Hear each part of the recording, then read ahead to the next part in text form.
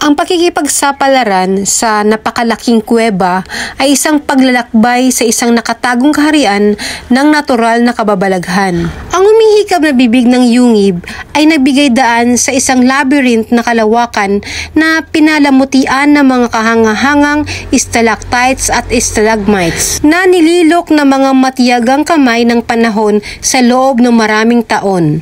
Malamig at mamasa-masa ang hangin, dala ang mga bulong ng sinaunang kwento na umaalingaw-ngaw sa mga dingding. Namangha ako sa masalimuot na mga formasyon na tila walang katapusang umuunat sa kailaliman. Ang pagalugad sa malawak na kalawakan na napakalaking kuweba ay isang kapanapanabik na paglalakbay na gumising sa aking mga pandama sa mga misteryo sa ilalim ng lupa. Sa bawat hakbang, ang mga langot-ngot ng graba sa ilalim ng aking mga paa at ang mga alingaw-ngaw ng sarili kong hininga ay nagsilbing paalaala na napakalawak ang sukat ng kuweba. Ang kumikislap na sindag ng mga ilaw ay nagpinta ng mga panandaliang larawan sa mga sinaunang pader na nagpapakita ng mga nakapamamanghang formasyon na tila sumasayaw sa madilim na liwanag.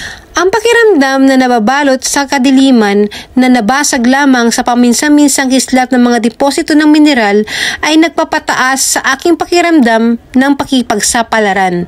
Ang mga paikot-ikot na landas ay humantong sa akin sa makitid na mga daanan at mga nakatagong silid na nagpukaw ng isang pakiramdam ng pagtataka at kaba.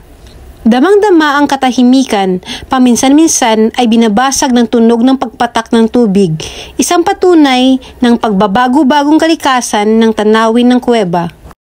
Umuusbong mula sa kailaliman ng yungib, dala ko ang isang bagong tuklas ng pagpapahalaga para sa masalimuot na kagandahan ng nasa ilalim ng ibabaw, isang karanasan na magpakailanman ay nakaukit sa aking alaala.